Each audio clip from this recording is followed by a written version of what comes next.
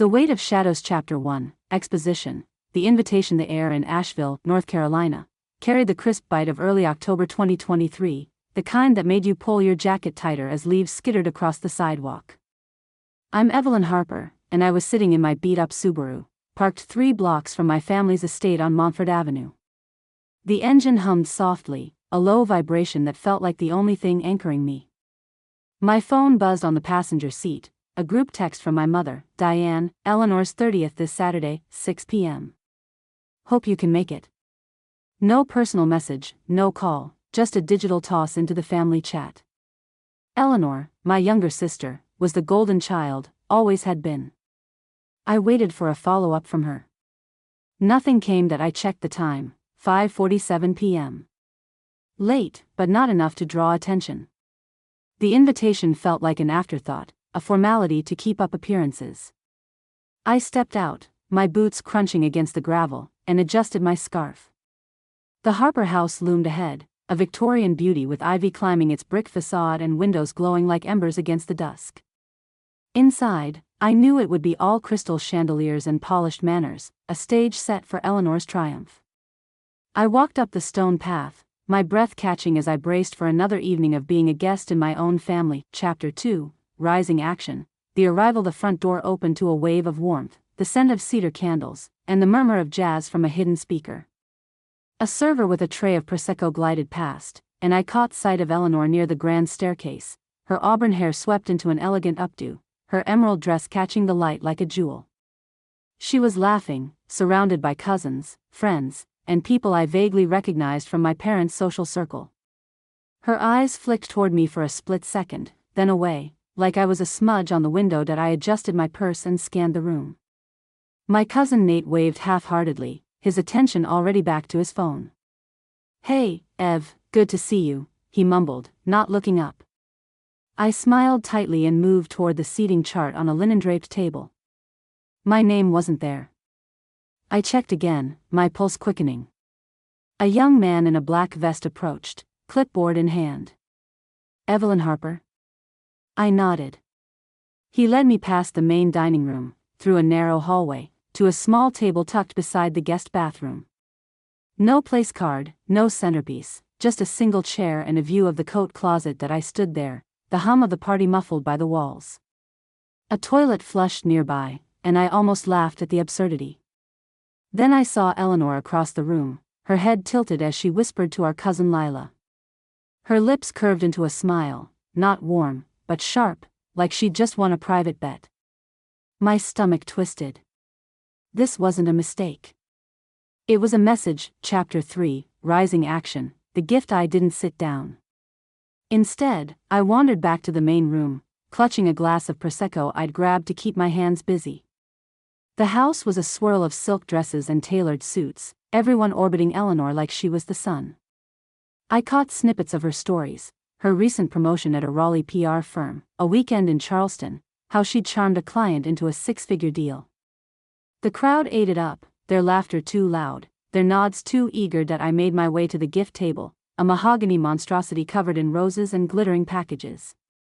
My gift was modest, a leather-bound journal I'd found at an Asheville bookstore, its pages embossed with a quote we'd loved as kids: "The world is yours to write." I'd written a note inside, reminiscing about the summers we'd spent scribbling stories together. It wasn't flashy, but it was ours, or so I thought. I placed it near the back, half hidden by a tower of designer boxes. When the gift opening began, Eleanor performed with practiced grace, unwrapping each package like it was a Broadway act. She gasped at a Tiffany bracelet, cooed over a cashmere scarf. Then she reached my journal. She paused, her fingers brushing the wrapping. "Oh, this is quaint," she said, her voice light but edged. She held it up, the crowd murmuring. "From Evelyn. Very nostalgic." A few people chuckled. She set it aside, already reaching for a sleek velvet box. My chest burned. I turned away, the journal's weight heavier now than when I'd carried it in. Chapter 4, Rising Action. The whispered truth. I slipped onto the back patio, the October air sharp against my skin. The city lights winked through the trees, and the scent of pine mingled with the faint smoke of a neighbor's fire pit. Inside, the party hummed on, but out here, I could breathe. My phone buzzed, a notification from my bank app. A recurring payment for the Harper family cabin in the Blue Ridge Mountains. I'd been covering its upkeep for years, taxes, utilities, repairs, because Mom said it was our legacy. I'd never questioned it. Until now, back inside, I overheard Lila by the dessert table, her voice low but clear. "Eleanor's got the cabin in her name now," she said to another guest. Diane made sure of it. "Evelyn's been paying, but she doesn't know it's not hers anymore." My blood ran cold. I stepped closer, pretending to adjust my scarf. Lila didn't notice. "Eleanor said it's better this way. Cleaner. Evelyn's too sentimental to handle it." I moved away before they saw me, my hands trembling. The cabin, our childhood summers, the place I'd poured thousands into, wasn't mine. It had never been mine. I found a corner near the fireplace, half hidden by a fern, and pulled up my banking app. The numbers stared back, $187,432 paid over 6 years. My name on every invoice, but not on the deed. I set my glass down, the clink louder than I meant. No one noticed. Chapter 5, Climax. The confrontation. The party was winding down, but the energy shifted when Eleanor called for a toast. She stood at the center of the room, her glass raised, her smile perfect. "To family," she said, her eyes skimming past me. "To those who make us who we are." The crowd clapped, but I felt the words like a blade. I didn't clap. I didn't move. I waited until she stepped away from the crowd, catching her near the hallway. "Eleanor," I said, my voice steady but low. She turned, her smile faltering. "What's up, Ev?" she asked, like we were chatting about the weather. I stepped closer. "The cabin. The payments. Why didn't you tell me?" Her eyes flickered, but she recovered fast. "Oh, that? It's just paperwork. You're overthinking it." She tried to laugh, but it was thin. "I'm not," I said. "I've been paying for something you own. That's not paperwork. That's theft." Her face tightened, and for a moment, I saw something raw, guilt, maybe, or fear. Then she shrugged. "You always make everything so dramatic." I didn't flinch. "I'm done being your shadow," I said. "You don't get to rewrite me out of this family anymore." I turned and walked away, her silence louder than the jazz still playing. The room seemed to pause, a few heads turning, but I kept moving. Chapter 6, Falling Action, The Reckoning. By the time I reached my car, my phone was buzzing. "Mom, Evelyn, what was that?" "You embarrassed your sister." "Dad, let's talk this out privately." "Eleanor, you couldn't just let me have one night, could you?" I didn't reply. I drove home, the Blue Ridge Mountains a dark silhouette against the sky. My apartment was small, cluttered with books and half-finished paintings, but it was mine. I sat on the couch, opened my laptop, and pulled up the property management portal. There it was, years of payments, all in my name. I screenshotted everything. The next morning, I sent an email to the family's attorney. Subject: termination of financial responsibilities, Blue Ridge Cabin. Effective immediately, I will no longer cover any expenses related to the Harper family cabin. Please direct all future invoices to Eleanor Harper or the Harper Family Trust. I hit send. Then I emailed the bank, requesting a freeze on the autodraft payments. My hands didn't shake this time. Chapter 7, Falling Action, The Fallout. The family group chat exploded by noon. "Eleanor, you're really doing this? Over a cabin?" "Mom, this is not how we handle things, Evelyn." "Dad, you're hurting everyone with this stunt." I didn't respond. Instead, I forwarded the payment screenshots to the chat, no message attached. The replies stopped for a full hour, then came the call. A group video, faces filling my screen, Mom, tears in her eyes, Dad, stern but tired, Eleanor, arms crossed, and Lila, somehow invited, her smirk barely hidden. "We need to talk, Dad said. I sipped my coffee, the mug warm against my palms. You mean now that I stopped paying? I asked. Eleanor leaned forward. You blindsided us. I shook my head. No, I stopped letting you use me. Big difference. Mom's voice cracked. We're family, Evelyn. I looked at her, then at Eleanor. Family doesn't hide deeds. Family doesn't seat you by the bathroom and laugh. Lila tried to interject, but I cut her off. And you, Lila, told everyone I'm too sentimental to matter. I heard you. The call went quiet. Eleanor's face flushed, but she didn't speak. I clicked end call. The silence felt like a victory. Chapter 8, Falling Action. The unraveling 3 days later, I walked along the French Broad River, the water glinting under the morning sun. My phone stayed on silent, notifications piling up. I'd muted the family chat, moved their emails to a folder labeled later. The air smelled of damp earth and coffee from a nearby cafe. I wasn't running, but I wasn't waiting either. At home, I opened an old box of keepsakes, photos from high school, a bracelet Eleanor and I made at summer camp, a postcard from Dad when he worked overseas. Memories that felt heavier now, like stones I'd carried too long. I kept the bracelet, tucked the rest away. Then I pulled up the family's shared cloud drive. Files on the cabin, receipts, maintenance logs, my name on every one. I deleted my access. Confirm. Gone. Chapter 9, Resolution. The choice. A week after the party, Dad called again. I answered this time, standing on my balcony, the city humming below. Evelyn, he said, his voice softer than I'd ever heard. I didn't think you'd care about the cabin. You never said anything. I closed my eyes. You never asked, I replied. There was a pause, then, I'm sorry. The words were small, but they landed like a weight I hadn't expected. That I didn't forgive him, not yet. But I listened. When the call ended, I walked inside and sat at my desk. A new email from the attorney confirmed my withdrawal from the cabin's responsibilities. Another from the bank, payments stopped. I exhaled, the air lighter now. That evening, I bought a chair, a deep blue armchair with soft cushions, perfect for the corner by my window. It wasn't much, but it was mine. I sat in it, a book in my lap, jazz playing softly from my phone. The city lights blinked outside, and for the first time, I didn't feel like I was waiting for permission to exist. Chapter 10, Resolution. The new chapter. Sunday morning was quiet, no alarms, no demands. I made coffee, scrambled eggs, and sat on my balcony, the chair cradling me like an old friend. A neighbor waved from across the street. I smiled back. My phone buzzed. Eleanor, a text. I'm sorry about the cabin. I didn't think it would hurt you. I'm pregnant, by the way. Thought you should know. That I stared at the words, my thumb hovering. I typed, I hope your child knows they're enough. Then I deleted it. Instead, I texted my attorney, close all ties to the Harper Family Trust. Thank you.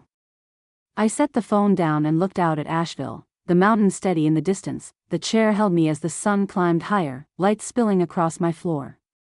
I wasn't the shadow anymore. I was the story. And for the first time, I was writing it myself. Conclusion. The light beyond the shadows. The sun hung low over Asheville, painting the Blue Ridge Mountains in hues of amber and violet. It was late October now, a few weeks since Eleanor's birthday party, and the air carried the kind of chill that made you want to linger in doorways, not quite ready to step into the cold. I, Evelyn Harper, stood on my balcony, my new blue armchair pulled close to the railing, a mug of chamomile tea warming my hands.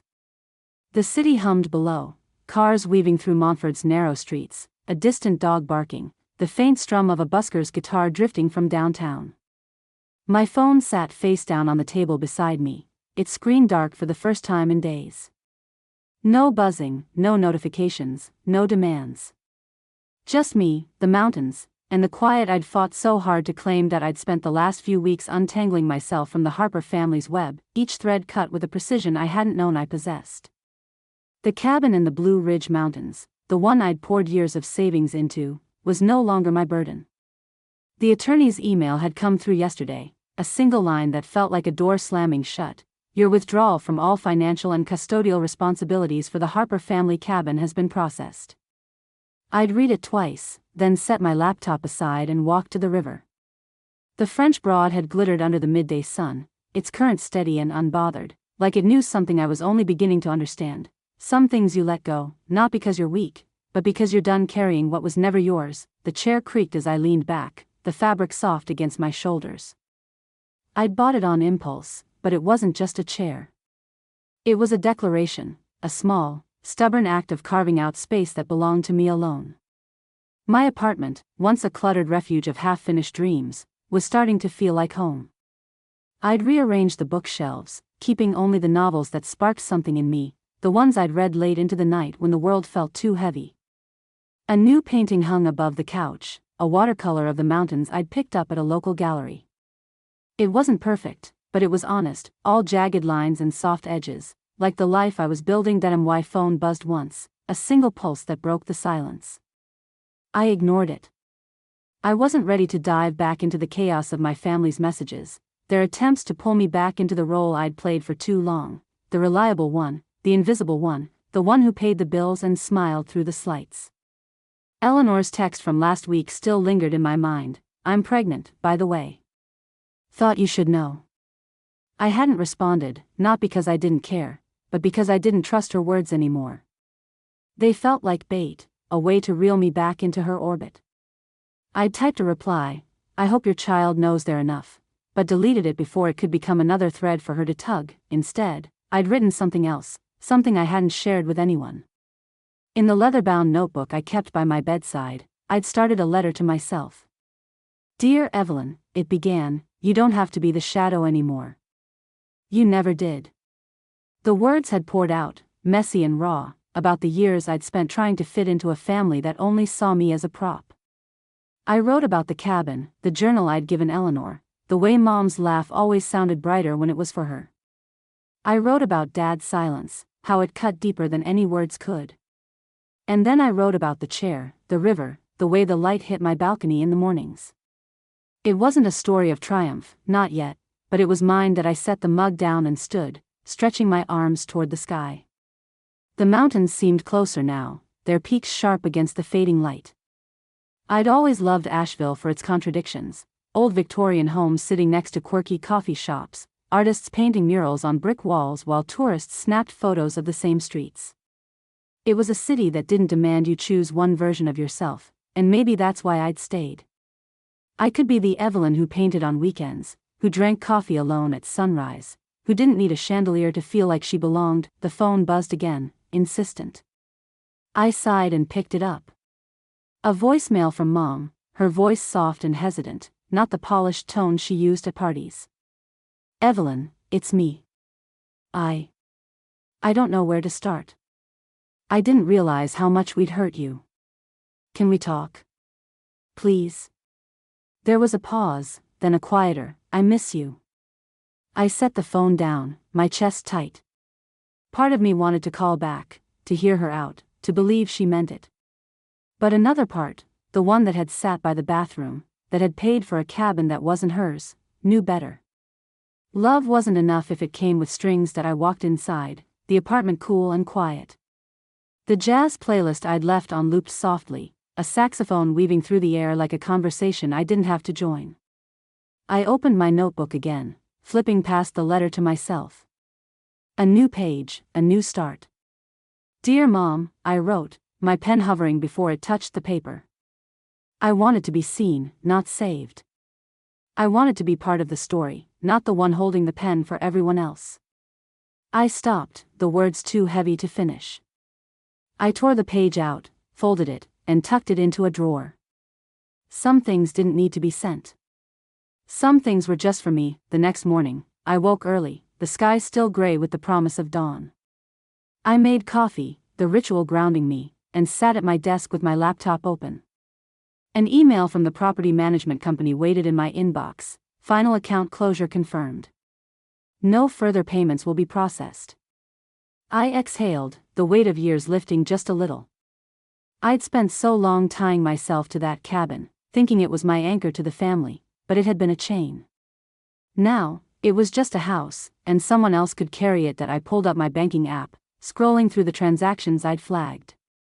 The cabin payments were gone, but there were others, small, unnoticed deductions for family memberships, subscriptions, even a charity gala Mom had insisted we all support. I canceled them one by one, each click a small rebellion. The final one was a donation to a local historical society, one Dad had said was important for the Harper name. I paused, then canceled it too. The Harper name didn't need me to prop it up anymore. By noon, I was walking downtown, the streets alive with tourists and locals weaving through art galleries and breweries. Asheville had a pulse, a rhythm that didn't demand perfection. I stopped at a small bookstore, its windows stacked with novels and poetry collections. Inside, the air smelled of paper and ink, and I wandered the aisles, my fingers brushing spines. A journal caught my eye, not unlike the one I'd given Eleanor, but simpler, with a plain black cover and unlined pages. I bought it, not for anyone else, but for me. Back home, I sat in my chair, the journal open on my lap. I didn't write anything at first, just let the blank page stare back at me. Then, slowly, words came. This is where I begin. Not as a Harper, not as a sister, not as a shadow. Just Evelyn. I wrote about the river, how it moved without apology, about the mountains that stood steady no matter who claimed them. I wrote about the party, the way Eleanor's smile had cut deeper than I'd expected, the way Mom's tears hadn't been enough to pull me back. And I wrote about the chair, how it held me without asking for anything in return. The days that followed were quiet, but not empty. I painted more, my canvases filling with colors I'd never dared use before, bright ochres, deep blues, reckless reds. I joined a local art group, not because I needed validation, but because I wanted to share the parts of me I'd kept hidden. I met a woman named Clara, a sculptor with a laugh that filled rooms, who didn't care about my last name or my family's legacy. We talked about art, about Asheville, about the way the light changed on the mountains. She didn't know the old Evelyn, and I liked that point. One evening, as I walked along the river again, my phone buzzed. A text from Dad. Can we meet? Just you and me. I hesitated, my thumb hovering over the screen. Part of me wanted to say no, to keep the distance I'd fought for. But another part, the part that remembered him teaching me to ride a bike, his hands steady on the handlebars, wanted to hear him out. I replied, tomorrow. Neutral ground. The brewery on Haywood. He agreed, and I felt a strange mix of relief and dread. The brewery was crowded when I arrived, the air thick with the scent of hops and cedar. Dad sat at a corner table, his gray hair thinner than I remembered, his hands wrapped around a pint glass. He looked up as I approached, his eyes softer than I'd expected. Evelyn, he said, standing halfway before sitting again. I slid into the chair across from him, my coffee steaming between us. I didn't know, he said after a long pause. About the cabin. About how much you were carrying. I waited, letting his words settle. You didn't ask, I said, my voice calm but firm. He nodded, his gaze dropping to the table. I should have. I thought Eleanor needed more guidance. You always seemed so strong. I laughed, not unkindly. Strong doesn't mean invisible, Dad. He looked at me then, really looked, maybe for the first time in years. I'm sorry, he said, and this time, it wasn't just words. It was the way his shoulders slumped, the way his hands shook slightly as he set the glass down. I didn't forgive him, not fully, but I nodded. I'm not coming back to the way things were, I said. I know, he replied. I just don't want to lose you. We talked for an hour, not about the cabin or Eleanor, but about small things, his garden, my paintings, the way Asheville felt alive in the fall. When we parted, he hugged me, and I let him. It wasn't a fix, but it was a start. Back at my apartment, I opened the journal again. Dear Dad, I wrote. You saw me today. Thank you. But I'm not waiting for you to see me anymore. I closed the notebook, the words settling into me like a quiet tide. I didn't need to send it. I didn't need to prove anything. I was enough, Eleanor called a few days later. I let it go to voicemail, her voice bright but strained. Ev, I'm sorry about the party. About everything. I didn't mean to. Can we talk? The baby's due in June, and I want you to be part of it. I listened to the message twice, then deleted it. Not out of anger, but because I wasn't ready to step back into her story. Maybe one day, when the baby was born, when time had softened the edges, I'd reach out. But not now that I started running in the mornings, my sneakers pounding the paths along the river. The rhythm was steady, like the city itself, and it gave me space to think. I thought about the Harper name, how it had once felt like a crown and a cage. I thought about Mom, her tears, her hesitancy to change. I thought about Eleanor, carrying a child and maybe, just maybe, starting to see the weight of her choices. And I thought about me, Evelyn, not the sister, not the daughter, just the woman who ran by the river and painted mountains and bought a chair because it felt like home. One afternoon, I stopped by the bookstore again, picking up a collection of essays by local writers. The cashier, a man with kind eyes and a tattoo of a tree on his wrist, smiled as he rang me up. You're the painter, right? I saw your work at the gallery last week. I blinked, caught off guard. Yeah, that's me. He handed me the bag. Keep it up. You've got something real. I walked out, the compliment settling into me like sunlight. That night, I sat in my chair, the journal open again. I didn't write to anyone this time. I wrote about the river, how it moved without looking back. I wrote about the mountains, how they stood without needing approval. I wrote about the light in my apartment, how it spilled across the floor like an invitation. And I wrote about the weight of shadows, how they only existed when you stood in someone else's light, that I wasn't in anyone's shadow anymore. I was the light, the story, the page.